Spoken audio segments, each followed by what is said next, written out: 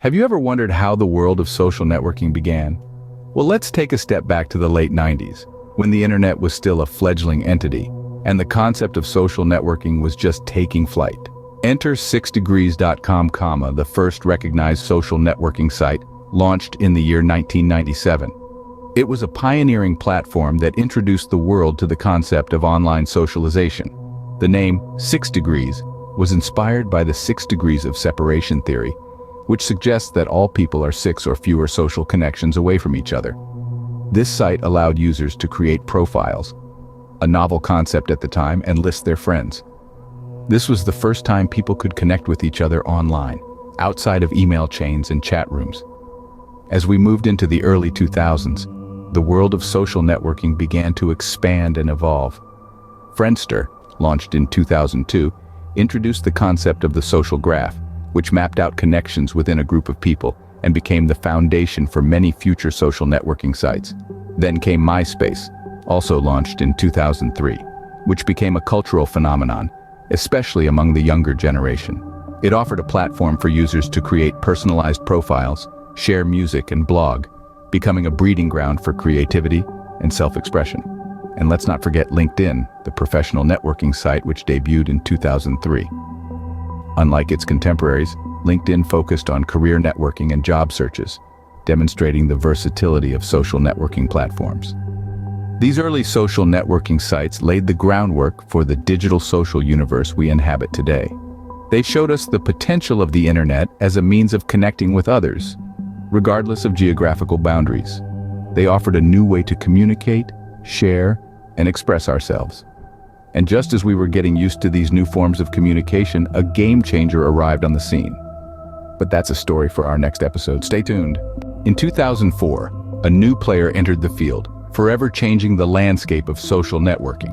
This game changer was none other than Facebook. Originally conceived in the dorm room of Harvard student Mark Zuckerberg, Facebook's initial purpose was to connect college students. It was an exclusive club, only open to students with a valid university email address. However, as the platform's popularity grew, so did its reach. By 2006, Facebook expanded its user base to include high school students and then the general public. It quickly grew into a global phenomenon, with users from around the world sharing their lives, thoughts, and pictures with their friends, and in some cases, the entire world. Facebook transformed the way we communicate, creating a virtual space that felt personal and global at the same time. Just as Facebook was settling into its reign, a new platform arrived on the scene. In 2006, Twitter introduced the world to microblogging. Unlike Facebook's relatively unrestricted format, Twitter imposed a creative challenge on its users: express your thoughts in 140 characters or less. This character limit, although it has since been expanded, prompted users to be succinct and creative with their posts. Twitter's unique format made it a hotbed for real-time updates and discussions. It became a platform for news, commentary, and even a tool for social movements. The beauty of Twitter lay in its simplicity, a stream of thoughts flowing in real time from people all around the world. Facebook and Twitter, each in their own way, fundamentally changed how we connect, communicate, and consume information. They paved the way for a new era of social networking, one where the entire world could be brought together in a single platform, where anyone with an internet connection could share their voice. These platforms would go on to dominate the social media landscape, but they were just the beginning. As technology advanced, so did our ways of connecting.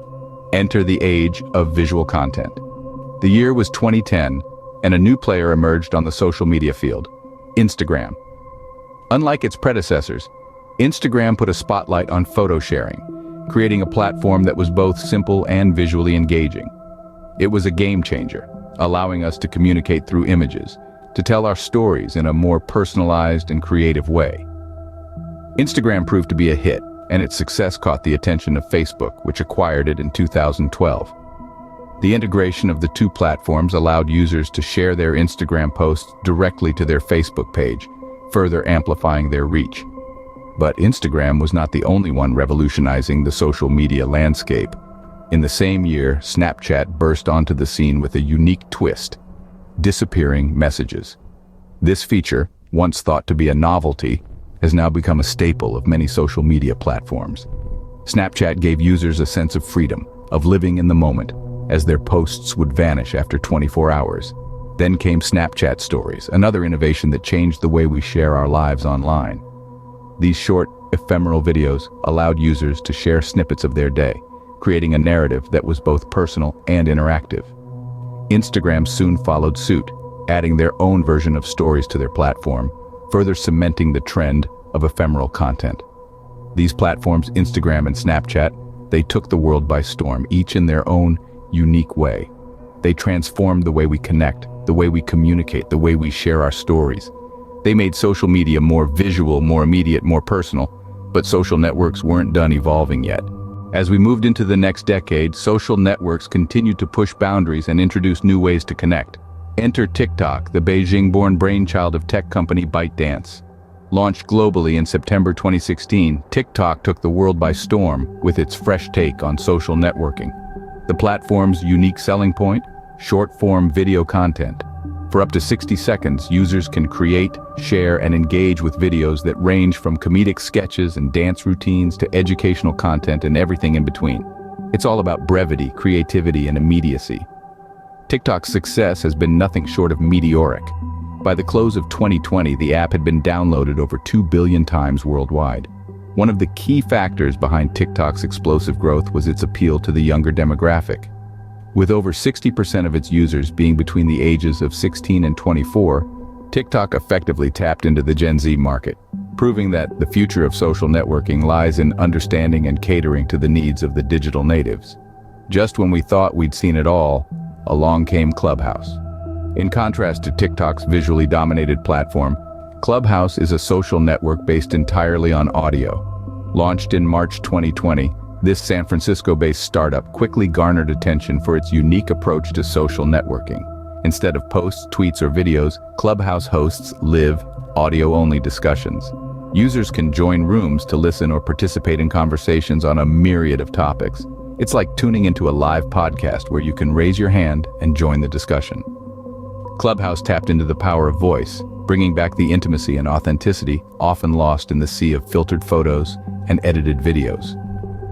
By the end of 2020, despite being invite-only and available solely on iOS, Clubhouse boasted over 10 million weekly active users.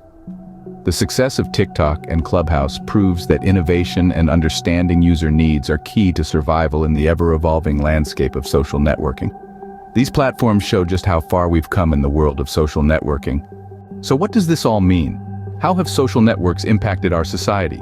In a world that's more connected than ever before, social networks have become the new town squares where ideas are exchanged, relationships are formed, and movements are born. They've brought us closer, enabling instant communication across continents. No longer are we bound by geographical limitations. We can share, learn, and engage with individuals from all walks of life. Social networks have also democratized information, providing a platform for anyone to share their thoughts and experiences. This has been particularly powerful in rallying people around causes, from environmental campaigns to social justice movements. They've given a voice to the voiceless and have the power to affect real change. But as with everything, there's another side to the coin. While these platforms have brought us together, they've also exposed us to a new set of challenges. Misinformation, for instance, spreads like wildfire in the digital age. It's become increasingly difficult to separate truth from fiction, and that can have serious implications for our societies and democracies. Privacy is another concern. As we share more of our lives online, we become more vulnerable to data breaches and misuse of our personal information. The line between our private and public lives has blurred, and that's a trend that's likely to continue. Perhaps most troubling is the impact of social networks on our mental health. The constant comparison, the pressure to present a perfect life, the addiction to likes and shares. It's a digital environment that can breed insecurity, anxiety, and loneliness. But it's important to remember that these networks are tools, and like any tool, their impact largely depends on how we use them. They can be a source of inspiration, knowledge, and community, but they can also foster division, misinformation, and isolation. As we look to the future, it's clear that social networks will continue to evolve and shape our world in ways we can only imagine.